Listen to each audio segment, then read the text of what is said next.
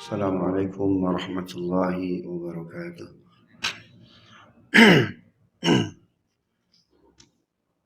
Bismillah wassalatu ala rasulillah. La hawla wa la quwwata illa billah. Ashhadu an la ilaha illallah wa ashhadu anna muhammadar rasulullah. Allahumma salli ala sayyidina Muhammad wa ala ali sayyidina Muhammad. Wasi'a rabbuna kulla syai'in ilma. Ala Allah tawakkalna. ربنا افتح بيننا وبين قومنا بالحق وأنت خير الفاتحين رب اشرح لي صدري ويسر لي أمري واحلل عقدة من لساني يفقهوا قولي واجعل لي وزيرا من أهلي أما بعد. Bapak Ibu jemaah sekalian, para alim ulama, para guru, para sepuh bin sepuh, ikhwafillah yang dimuliakan Allah. Kita masuk bab baru dalam Sahih Muslim. Ini pasal yang ke-75. Babu dzikril Masih ibn Maryam wal Masih Dajjal. Bab menjelaskan tentang cerita Al-Masih ibnu Maryam, yaitu Isa alaihissalam, dan Al-Masih Dajjal. Ya. Beberapa para ulama mendefinisikan kenapa Nabi Isa dengan Dajjal itu sama-sama diberi gelar apa? Al-Masih. Masih itu dari kata masahayam sahu, diusap. Ya, itu makanya ada ayat lam yamsasni bashar. Bagaimana aku punya anak ya Allah, kata ibunda Maryam, lam yamsasni bashar. Tidak ada yang menyentuh seorang pun. Nah, maka itu kekuasaan Allah Subhanahu wa ta'ala. Jadi diusap tuh oleh Jibril. Ya, maka lahirlah dia. Sama, Dajjal pun diusap dia. Sehingga usapan Al-Masih Dajjal, usapan Jibril kepada Al-Masih Dajjal menjadikannya tanda-tanda kekuasaan Allah, jadi nabi. Juga Dajjal diusap juga oleh siapa? Oleh malaikat Jibril tuh Pak, punya kesaktian. Dalam surat Al-Hijr itu ada ayat walaqad ja'alna as-sama'i burujan wa zayyanaha lin-nadhirin wa hafidhnaha min kulli syaitanir rajim illa man istaraqa as-sam'a. Jadi kami jadikan langit ini punya gugusan-gugusan. Kami hiasi gugusan tersebut enak dipandang. Wa hafidhnaha, kami jaga gugusan-gugusan langit tersebut min kulli syaitanir rajim, dari setiap setan yang terkutuk. Nah, jadi di antara ilmu Allah itu di antaranya disimpan dalam gugusan-gugusan langit tuh, Pak. Makanya ada istilah di atas langit ada langit. Di atas orang berilmu ada yang lebih berilmu lagi. Jadi seolah-olah langit itu lambang apa itu? Lambang ketinggian, lambang kemakrifatan. Nah, Dajjal dia mencari-cari itu Pak tuh, informasi, mengambil, merampas informasi dari burujan, dari gugusan langit tersebut, begitu itu ya. Jadi sama dapat dari kekuasaan Allah. Cuma kalau Al-Masih itu diusapnya atas keridhaan Allah, tuh Pak, itu kalau Ad-Dajjal bukan atas keridhaan Allah. Nah, ini juga cocok nih pembahasan tentang Al-Masih di bulan ini, Pak. Karena di bulan ini ada yang mau lebaran nih, Pak. Nih. Betul ya? Yang mau lebaran. Sebagian ulama menyatakan boleh pengucapan Natal karena Isa mengucapkan Natal atas dirinya. Wassalamu alayya yauma wulidtu wa yauma amutu wa yauma ub'atsu hayya. Gitu tuh dalam surat Maryam. Dan keselamatan atas kelahiranku. Gitu tuh Pak. Pada hari aku dibangkitkan dan pada hari aku diwafatkan. Sebagian ulama itu menggunakan dalilnya ke situ. Di antaranya siapa? Ulama modern Pak, ya. Ya, Hasan Hanafi. Begitu. Kemudian termasuk Syekh Al-Azhar. Ya, Syekh Ahmad At-Thayyib, ya, beliau mendalilkan ke situ. Tapi kalau kita lihat sejarahnya memang pada masa Nabi itu orang Madinah apakah semuanya Muslim? Tidak, kan gitu. Sudah ada Yahudi, sudah ada Nasrani itu, Pak. Nabi dalam banyak riwayat, dalam bahkan seluruh riwayat kalau kita cek, nggak pernah Nabi mengucapkan selamat hari raya kepada agama lain. Justru setibanya Nabi di Madinah, Nabi mendapatkan orang-orang Yahudi sedang puasa. Ayu saumin hada. Puasa apa ini? Oh, ini puasa besar, puasa di mana kami merayakan selamatnya Nabi kami dari kejaran Fir'aun, yaitu Musa alaihissalam. Oh, jadi ini lebaran kalian? Iya. Apa kata Nabi? Nahnu ahaqqu bi Musa minkum. Kami lebih berhak kepada Musa ketimbang kalian. Kalau gitu aku pun berpuasa. Padahal lebaran boleh nggak berpuasa? Lebaran boleh nggak berpuasa? Nggak boleh. Dengan berpuasanya Nabi pada lebaran Yahudi, berarti Nabi apa? Tidak mengakui lebaran tersebut. Gitu tuh ya. Jadi Nabi sampai wafat kita nggak menemukan, minimum lah dalam kutubus sittah, Bukhari, Muslim, Nasa'i, Tirmidzi, Ibnu Majah, jazakallahu khairan. Ya, kemudian Nasa'i, apalagi kalau pakai kitab-kitab yang lain, Mustadrak tuh Pak, itu nggak ketemu riwayat Nabi SAW mengucapkan selamat hari raya agama lain. Bahkan ketika terjadi sengketa antara Nabi dengan orang-orang Yahudi, lalu digoreng oleh Nasrani dari Najran tuh Pak tuh. Ada apa kalian ini kok ribut-ribut ngomong ke orang Yahudi ke orang Nasrani? Ini kok arah kiblat diubah. Oh gitu. Iya. Nabi kita, Nabi saya, Nabi Isa, Nabi kalian, ya dari mulai Ibrahim, kemudian Ishak, kemudian Yakub, Yusuf, Sulaiman, Daud, itu semua lahir di mana? Di Aqsa. Kudunya kiblat ke Aqsa. Maka Nasrani, Yahudi sepakat gitu tuh Pak. Harusnya kiblat tidak usah diubah. Nah, ini datang Nabi Muhammad. Muhammad, kenapa sih arah kiblat diubah? Oh, ini ketentuan dari Allah. Ya, kan kita ini sama, we are friend kan gitu tuh. Kita ini teman bro, gitu ya. Dan kita ini Muslim. Muslim dari mana? Yang mengalami keislaman kalian 3. 1, kalian nyembah salib. Yang kedua, kalian makan babi. Yang ketiga, kalian jadikan Isa anak Tuhan. Itu yang nggak bisa kalian menyebut diri kalian apa? Muslim. Itu tuh Pak.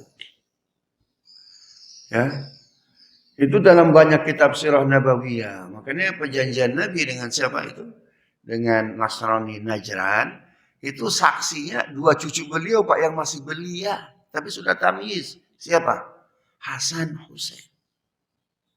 Jadi kalau ada kesepakatan Nabi dengan Nasrani Najran, Nabi bilang bahwa selama mereka membutuhkan untuk bikin tempat ibadah, kalian harus bantu.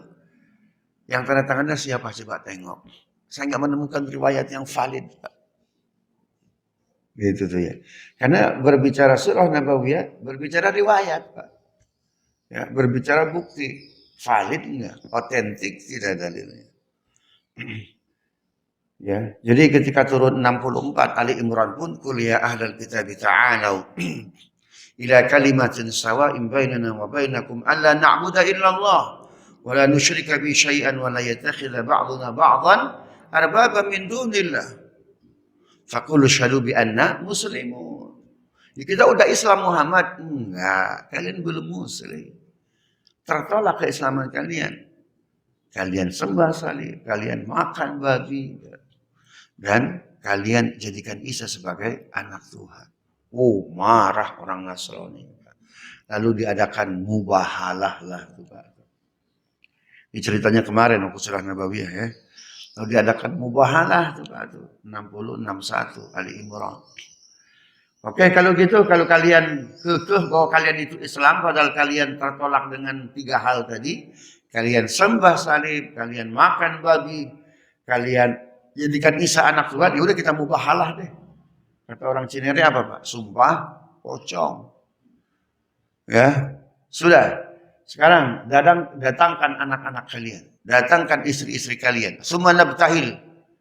Kemudian kita bermubahalah. Kalau kami salah, kami dapat siksa. Tapi kalau Anda yang bohong, Anda yang salah, Anda mubahalah. Nggak berani Pak.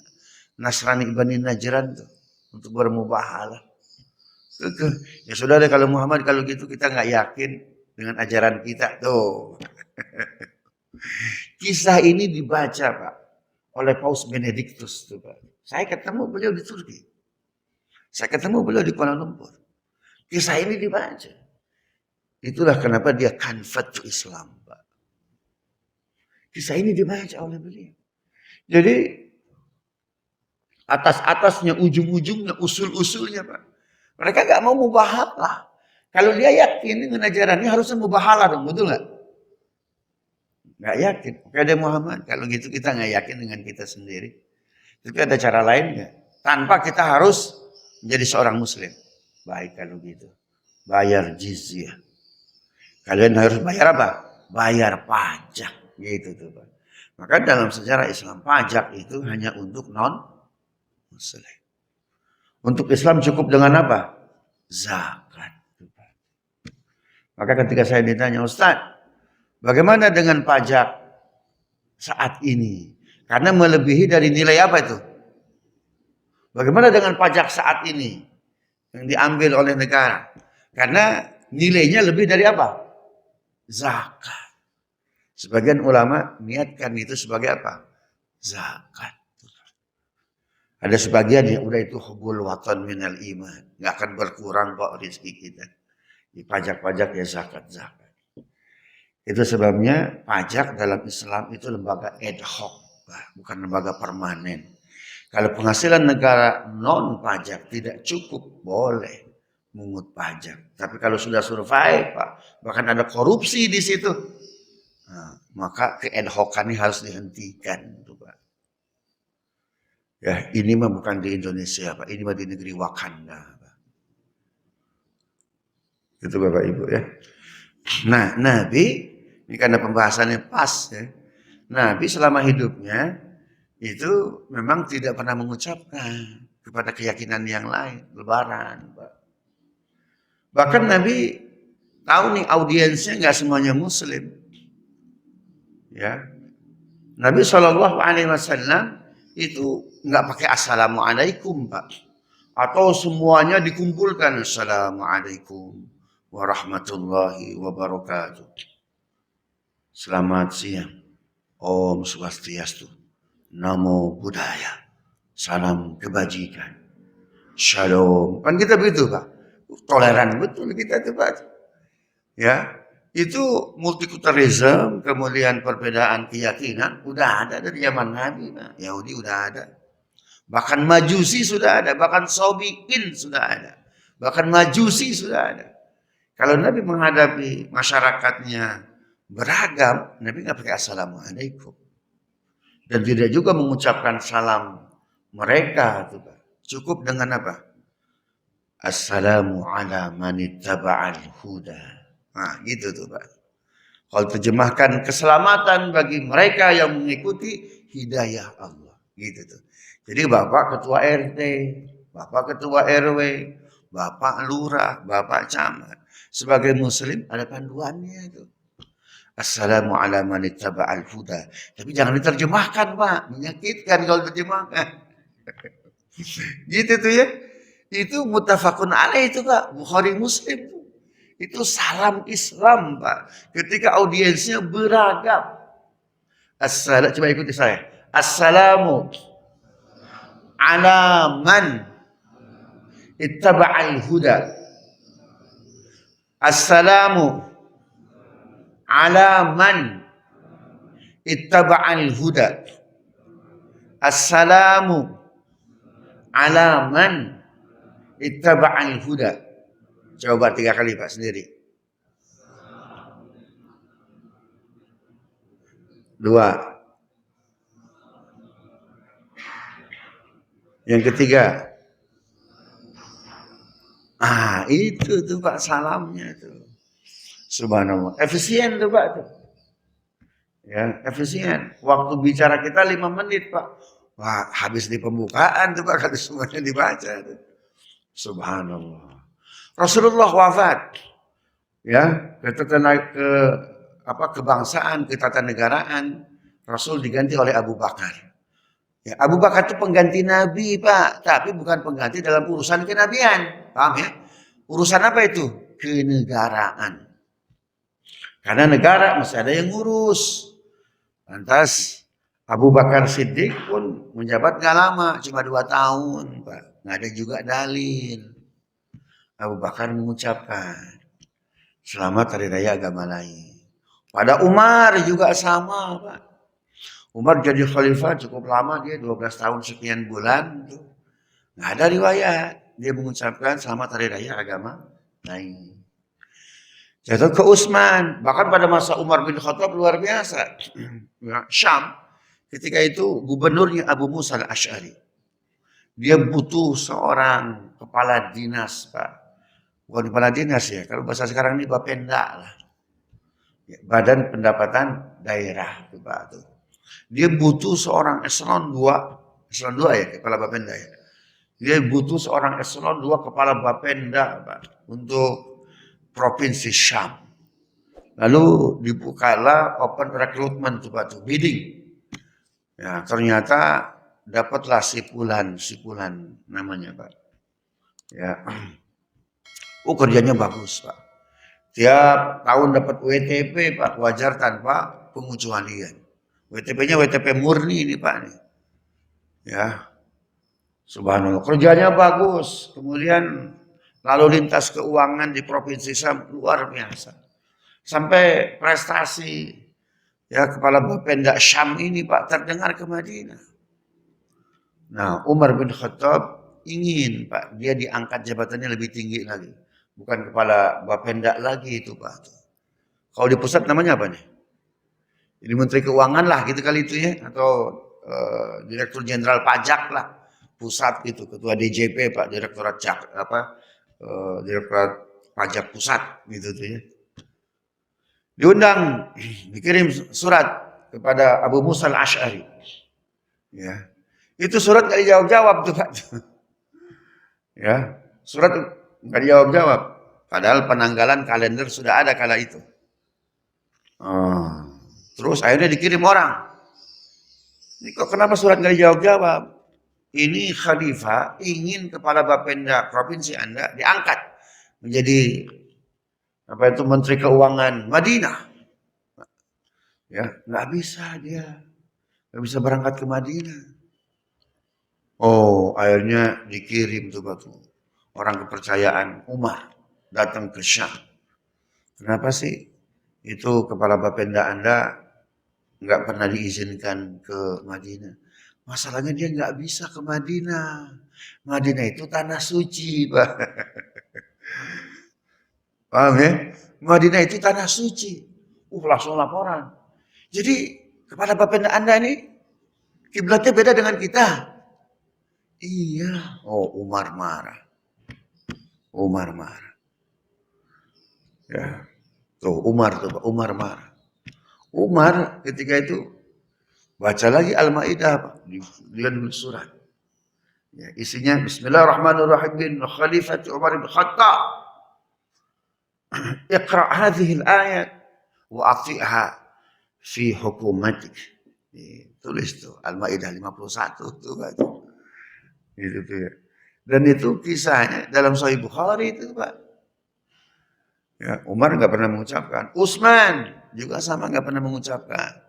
Ali menjabat nggak begitu lama dari Umar dan Utsman cuma 6 tahun Pak, nggak juga mengucapkan.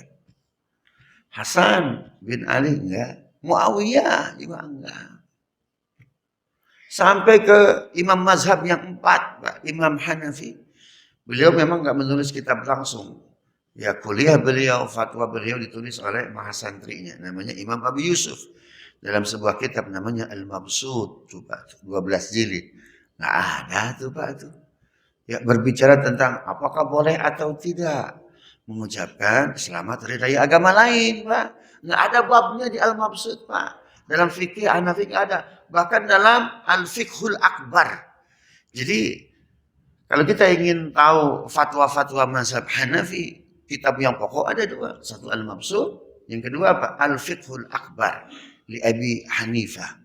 An-Nu'man bin Thabit. Nggak ada dalam fiqhul akbar. Turun lagi ke Imam Malik. Imam Malik, kitab utamanya apa? Banyak. Ya, beliau punya Muwatta, ya, punya kitab-kitab yang lain. Bahkan beliau sebagian mensyarahkan Muwatta. Dalam Muwatta nggak ada bab. Boleh atau tidak mengucapkan selamat hari raya agama lain. Imam Syafi'i Ar-Risalah, Diwan Imam Syafi'i, Tafsir Al-Imam Syafi'i, Pak. Nggak ketemu bab boleh tidak mengucapkan selamat hari raya agama lain. Kenapa? Ada nggak pembahasan dalam fikih hukum makan babi? Ada nggak? Ada nggak, Pak? Nggak ada. Kenapa? Sesuatu yang jelas tidak perlu apa? Dibahas lagi. Kalau sesuatu yang jelas dibahas lagi, jangan-jangan menurut sebagian ulama babi makruh. Repot, Pak. Ya. Jadi makanya kata Nabi apa? Al-halalu bayyinun wal haramu bayyinun wa bainahuma umurun mushtabihat. Faman waqa'a fi syubhat waqa'a fil haram. Halal jelas, haram jelas. Antara keduanya syubhat. Jatuh dalam syubhat, jatuh dalam haram. Nggak ada pembahasan tuh, Pak. Kapan muncul dalam khazanah fikih Islam bab satu pasal, ya, hal yajuz am la yajuz, ya, hal yajuz am la yajuz tahni'atu li'idi al-adyan al-ukhra, boleh atau tidak memberikan tahni'ah. Tahni'ah itu apa tuh? Selamat hari raya, ya, kepada agama-agama lain. Itu munculnya di mana tuh, Pak? Musnad Ahmad bin Hanbal. Ya, muncul di situ. Kenapa? Karena Ahmad bin Hanbal ditanya oleh salah seorang sultan yang tinggal di Wadi Halfa, perbatasan Mesir sama Sudan. Dia punya menteri, kerjanya cakep, Pak, kerjanya bagus. Subhanallah. Setiap hari raya Idul Fitri, bahasa kita nih, kirim parsel, Pak.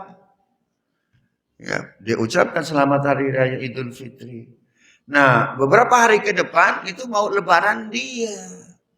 Kerjanya bagus, Pak. Ya, orangnya nggak korupsi itu, Pak. Luar biasa. Dan dia care betul. Boleh enggak saya balik mengucapkan tahniah lebaran dia? Subhanallah. Yang ditanya siapa? Ahmad bin Hanbal. Kalau mau lihat kronologisnya begitu, Pak. Paham ya? Makanya segala sesuatu itu lihat, Pak. Tengok sejarahnya. Kapan dia muncul? Kapan dia mulai? Apa jawab Ahmad bin Hanbal? Laka mubahun. Untuk kamu, hai Sultan, boleh. Amma liwazirika kurhun. Untuk level menteri, nah, itu apa itu? Makruh. Amma li sya'bika al-awam fahramun. Itu jawab saya betul. Ahmad bin Hanbal.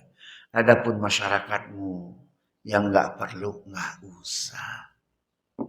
Gitu tuh, Pak. Jadi kalau Bapak mazhabnya Hambali, ngebat pengen mengucapkan selamat hari raya agama lain, Pak, gampang. Bapak tanggal 15 September 2023 ambil nomor di Jalan Imam Bonjol KPU. Bapak nyapres. Menang Bapak. Gitu tuh ya. Begitu tuh, Pak. Kalau mengikuti pendapat Imam Ahmad bin Hanbal. Nah, dari pendapat Imam Ahmad bin Hanbal ini dikembangkan akhirnya tuh, Pak. Oh, maksudlah kamu bahun untuk kamu boleh bukan hanya kepala negara, tapi pimpinan lembaga negara, pimpinan sebuah organisasi. Ya namanya juga dia mesti mengayomi semuanya. Gitu tuh, Pak tuh. Siapa yang melakukan itu tuh, Pak? Ya, di antaranya adalah sebagian mazhab Hambali. Ya, sebagian mazhab Hambali. Begitu. Nah, sebagian ulama Asy-Syafi'i, Imam An-Nawawi, kemudian Imam Ar-Rafi'i itu Pak ya. Kemudian Imam Al-Juwaini, gurunya siapa itu? Gurunya Syekh Muhammad Al-Ghazali, Pak Imam Al-Ghazali, sahibu apa itu Ihya Ulumuddin. Beliau, kalau Imam Al-Juwaini ma baina wa baina.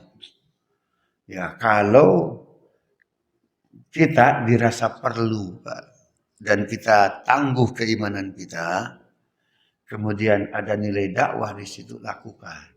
Tapi kalau nggak perlu, Pak, karena kita ini pakai betul nggak, Pak? Sebetulnya mereka bermasalah nggak kalau kita nggak mengucapkan? Bermasalah nggak? Enggak. Ya. Kalau Ibnu Taimiyah ketat nih, Pak. Wajarlah beliau tuh ya. Apa kata Ibnu Taimiyah?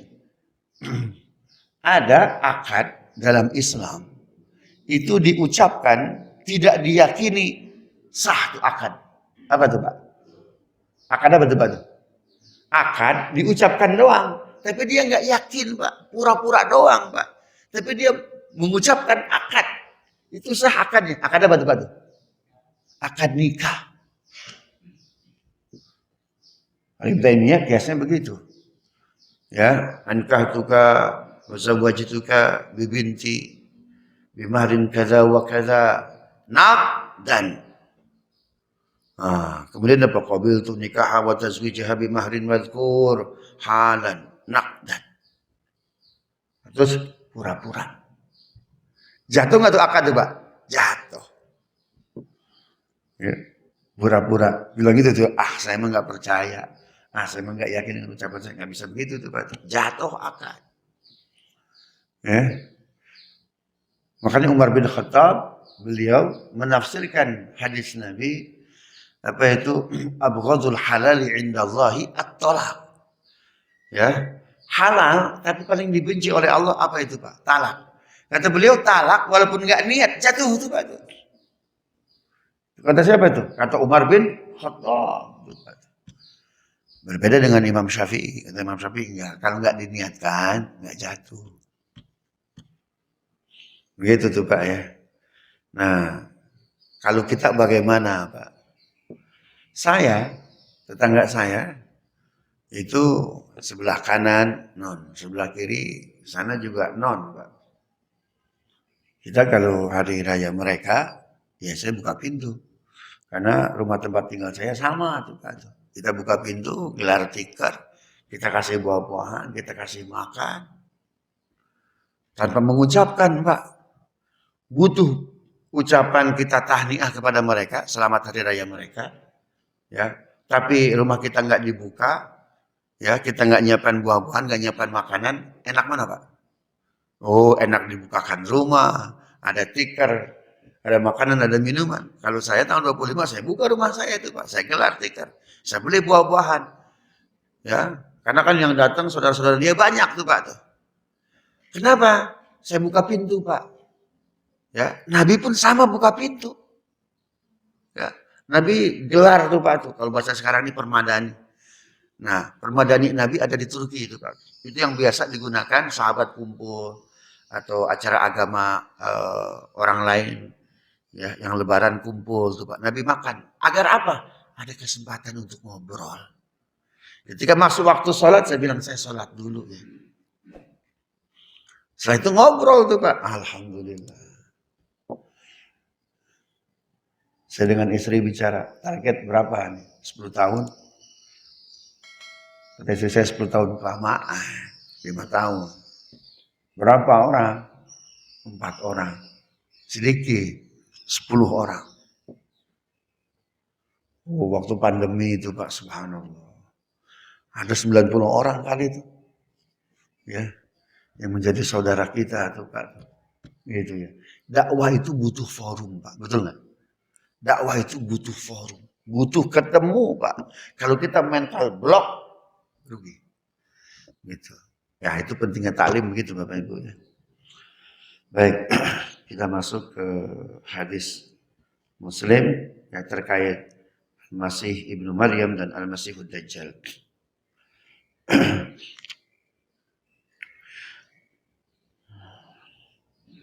Haddatsana Harmalah binti Yahya.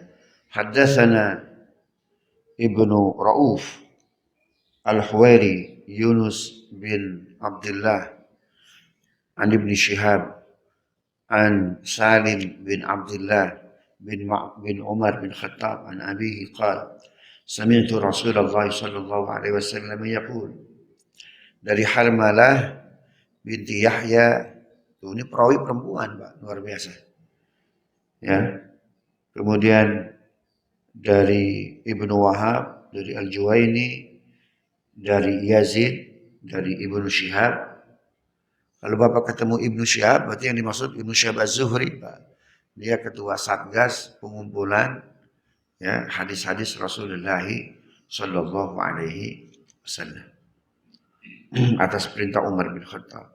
Dari Salim bin Abdullah bin Umar bin Khattab, dari ayahnya, ia berkata, sami'tu Rasulullah sallallahu alaihi wasallam yaqul, aku mendengar Rasul sallallahu alaihi wasallam bersabda, bainama ana naimun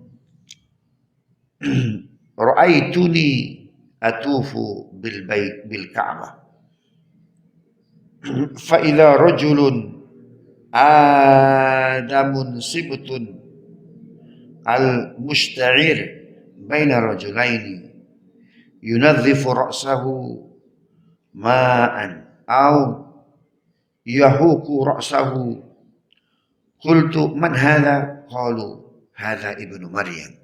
Thumma dhahabtu altafitu fa idza rajulun ahmar jasimun ja'dur ra's a'warul 'ain.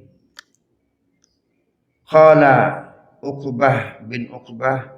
Qultu man hadha? Qalu ad-Dajjal, ya, Ibnul Batn. Dari Harmalah bin Yahya, dari Ibnu Wahab, dari Juwaini, dari Yazid bin Ibnu Syihab Az-Zuhri, dari Salim bin Abdullah, dari Umar bin Khattab, dari Umar bin Khattab, ia berkata, aku mendengar Rasul sallallahu alaihi wasallam bersabda, bainama ana naimun, ketika aku tertidur, ra'aituni, aku diperlihatkan atuful Ka'bah. Aku mimpi, sedang apa itu? Sedang tawaf di Ka'bah. Ini mimpi hebat nih, Pak. Ya, ini mimpi hebat. Kata Nabi SAW, la yabqa minan nubuwati illa al-mubasyirat. Tidak ada yang tersisa dari kenabian. Nabi udah nggak ada lagi, Pak. Ditutup dengan wafatnya Rasul SAW. Itu ada dalam surat Al-Ahzab. Maka Muhammadun aba ahdin min rijalikum walakin Rasulullahi wa khataman nabiyyin. Oh Ustaz, ada Sahih Muslim, ma khatamallahu al-anbiya illa kanu sab'atan wa ishrina nabiyya. Itu Sahih Muslim tuh, Pak, ngeri juga tuh. Allah tidak akan memberhentikan menutup para nabi hingga jumlahnya 27. Gimana tuh, Pak? Ya. Hadis ini benar. Hadis ini sahih. Tapi maknanya harus pakai ilmu, Pak. Itu sebabnya para ulama belajar bahasa Arab harus punya alat. Mani mantek badan, mani mantek bayan badi', nahu sorof, tuh, Pak, tuh. Ilmu arud, ilmu qawafi itu. Ya, harus ada alatnya, Pak. Bapak bongkar sesuatu atau kelapa begitu ya, itu harus punya pisau, alat untuk membelahnya, harus punya golok untuk membelahnya. Kalau pakai gigi remuk, Pak, kayak gitu kita semua. Sama.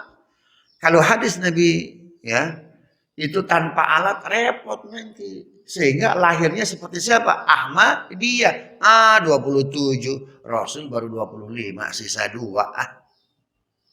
Satu diambil oleh siapa itu? Oleh Tukimin, Pak. Di Jogja.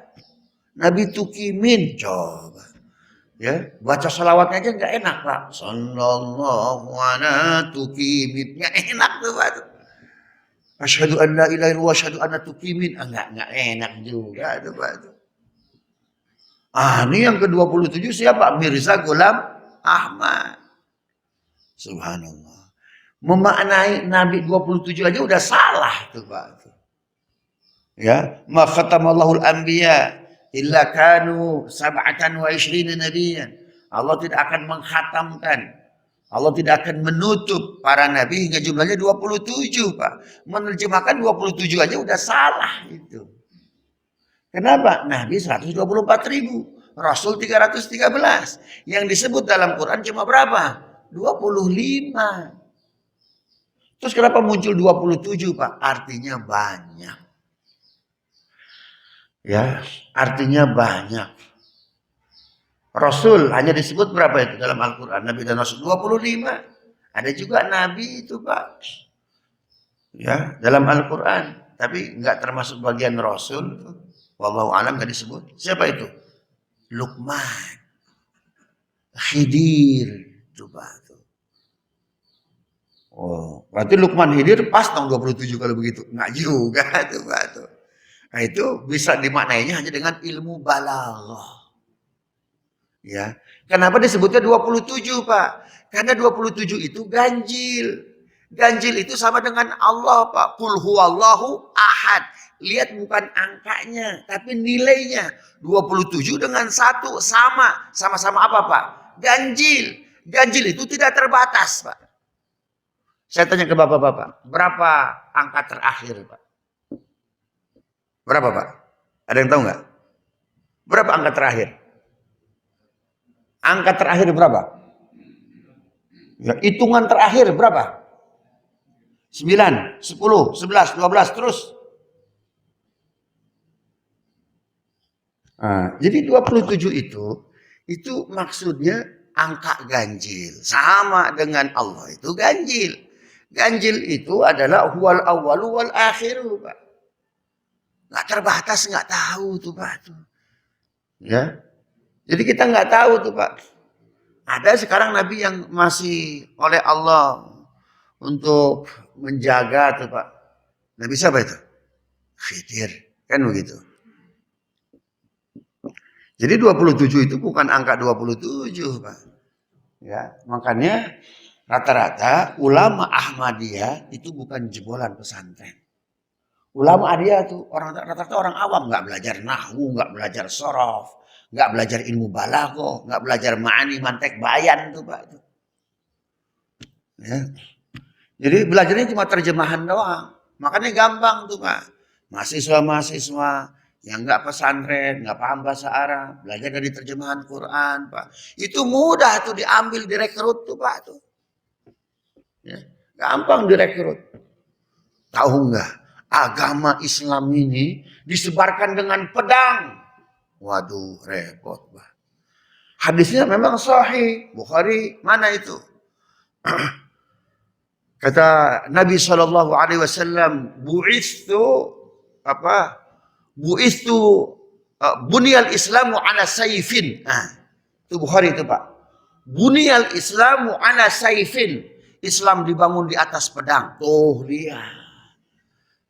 Ya, faktuluhum haitsu saqiftumuhum. Waduh, repot dah kalau kayak gitu tuh. Ya, ditampilkan ayat-ayat kayak gitu yang terjemahannya nggak pas. Nggak belajar asbabun nuzulnya, nggak belajar asbabul wurudnya kalau hadis, nggak belajar ilmu ma'ani mantek bayannya itu Pak. Oh iya, berarti Islam dibangun di atas pedang. Berarti kita mesti apa? Belajar ini, lalu kita melakukan bom bunuh diri. Salah. Coba lihat, bunyal Islamu ala saifin. Islam dibangun di atas pedang. Yang di atas pedangnya atau Islamnya, Pak? Coba saya tanya. Bunyal Islamu ala saifin. Islam dibangun di atas pedang. Yang di atasnya pedang atau Islam? Ayo. Islam dibangun di atas pedang. Yang di atas pedangnya itu Islamnya? Islamnya. Pedangnya di bawah Islam. Berarti pedang under control Islam.